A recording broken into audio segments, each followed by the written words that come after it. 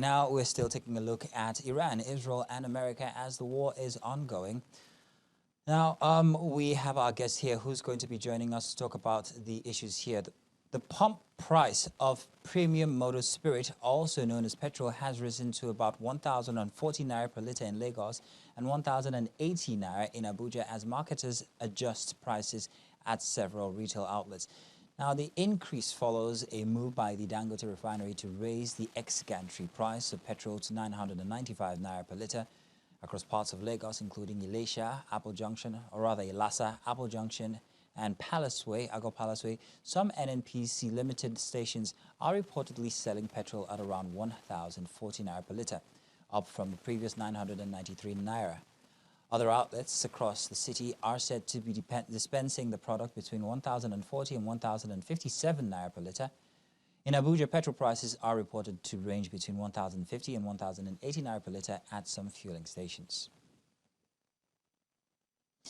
And now back to Seun Dania, who's live with us. Seun, you're welcome. Thank you very much for joining us. Let's talk energies now. Let's talk how the Iranian war is affecting us here in Nigeria. The tension in the Middle East is affecting shipments through the Strait of Hormuz.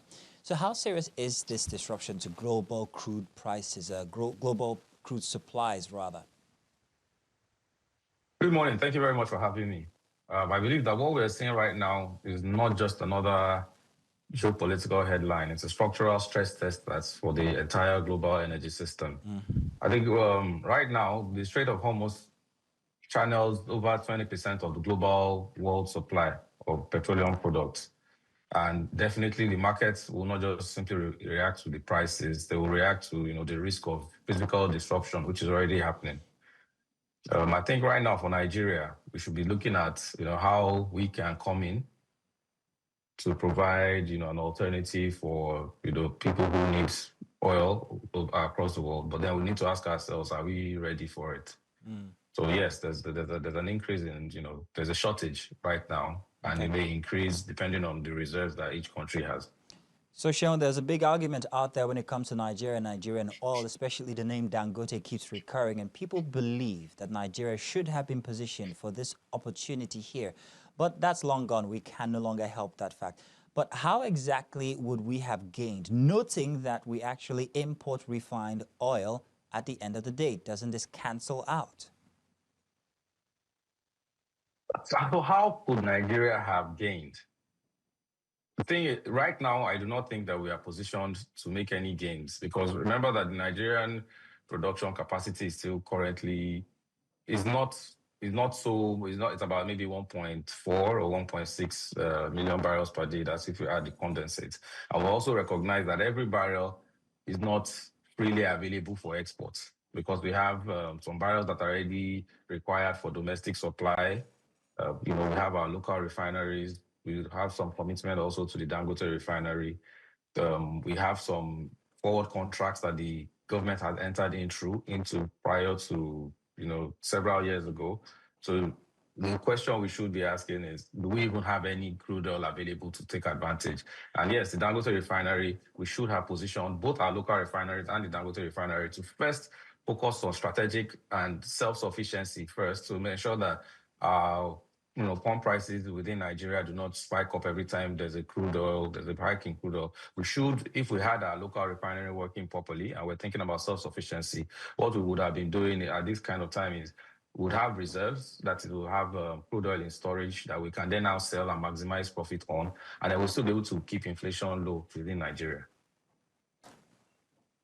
Now, Seun, with the disruption in the global energy supply chain, people are looking at perhaps maybe Europe actually shifting back to using Russian energy. And I'm wondering what your take is on that one, especially with the current situation between Russia and the West over Ukraine. So Russian crude has been somewhat sidelined. They will have to go back, because at the point in time, half bread is better than none.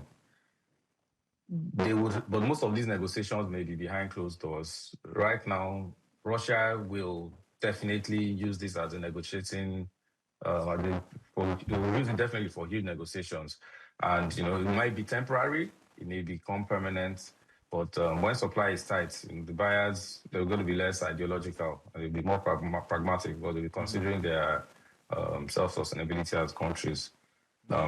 Russia will be able to redirect the supply.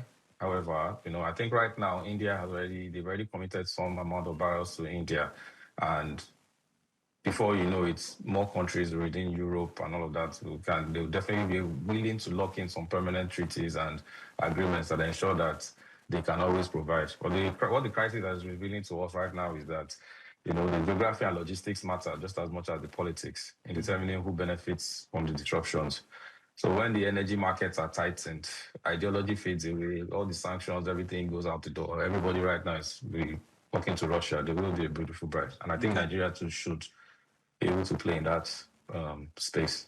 Yeah, but you just said that we don't even have enough to go around in Nigeria. Why should yes, I mean, we know, we're we ill should, prepared for we it. should. We should. Yeah, I get you we there. should. So while we're talking about all the countries that might be benefiting like Nigeria here, if only we had our acts together, let's talk about the biggest losers. Let's talk about China. How is China resorting here? What are they doing regarding energy, noting that they were gaining 80% of their energy from Venezuela, then Iran, and now nobody?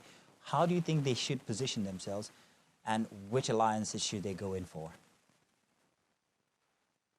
So it's difficult to say, right? I don't know the facts for China in terms of how much they have stored.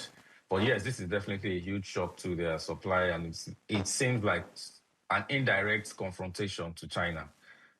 And some way, somehow, I do not think China is in a position to just shift and source crude oil from other places. I mean, they probably have suppliers from all across the world, but at this point in time, I believe that China would be looking at either negotiating or finding ways to support their allies who are providing energy sustainability for them as a country.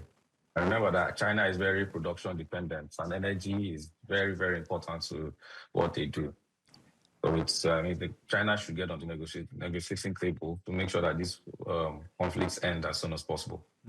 Okay, Seun, let's talk about the prices now. Let's dwell on this for a second. So Nigeria is currently selling fuel at, in some local stations, 1,050 naira. It came up from 837 naira, if I'm not mistaken, 2 weeks ago, and then 937 naira. Now it's over 1,000 naira per litre. So please help us make sense of this exactly. Why is our price going up when we already have, for us, producing fuel, the Dangote Refinery? Put all the dynamics together so a viewer can understand what's happening here and they will be well informed. So first of all, the global crude oil prices have risen because of all the tensions that we're currently witnessing in the Middle East. And when it rises internationally, the cost of refined products would rise everywhere, including Nigeria. And secondly, Nigeria's downstream sector is largely deregulated. So there's a lot of importation going on, and we are not refining enough for our own local consumption. If we were, we would have been able to, keep our prices regulated and keep everything within reach. Unfortunately, even with the Dangote Refinery, they are also outsourcing a huge chunk of their crude oil that will be refined from. They're also importing that, and that with increased oil prices, they're also going to factor in their cost of refining and then be able to determine a price. And right now that we're experiencing all this shock and price increase, it's would it be a loss for Dangote Refinery to jettison export and focus on the Nigerian market, noting that they do sell their oil in dollars anyway? But would it be to Nigeria's advantage or to Dangote's disadvantage?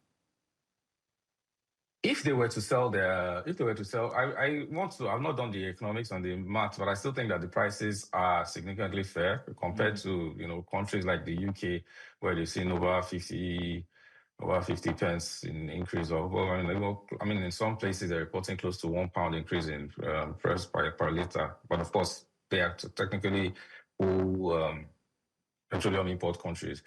However, for Dangote Refinery, they would be considering how much is this going to cost them to get the crude oil, even if they're getting from the federal government of Nigeria. The federal government of Nigeria will still be selling to them at the current market prices, which is in USD. They need to source that USD. They need to refine. They need to then export.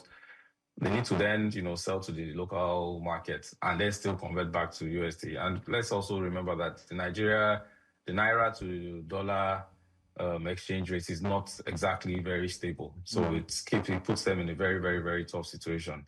Right. So yeah, they could, except they want to, go ahead and be extremely patriotic.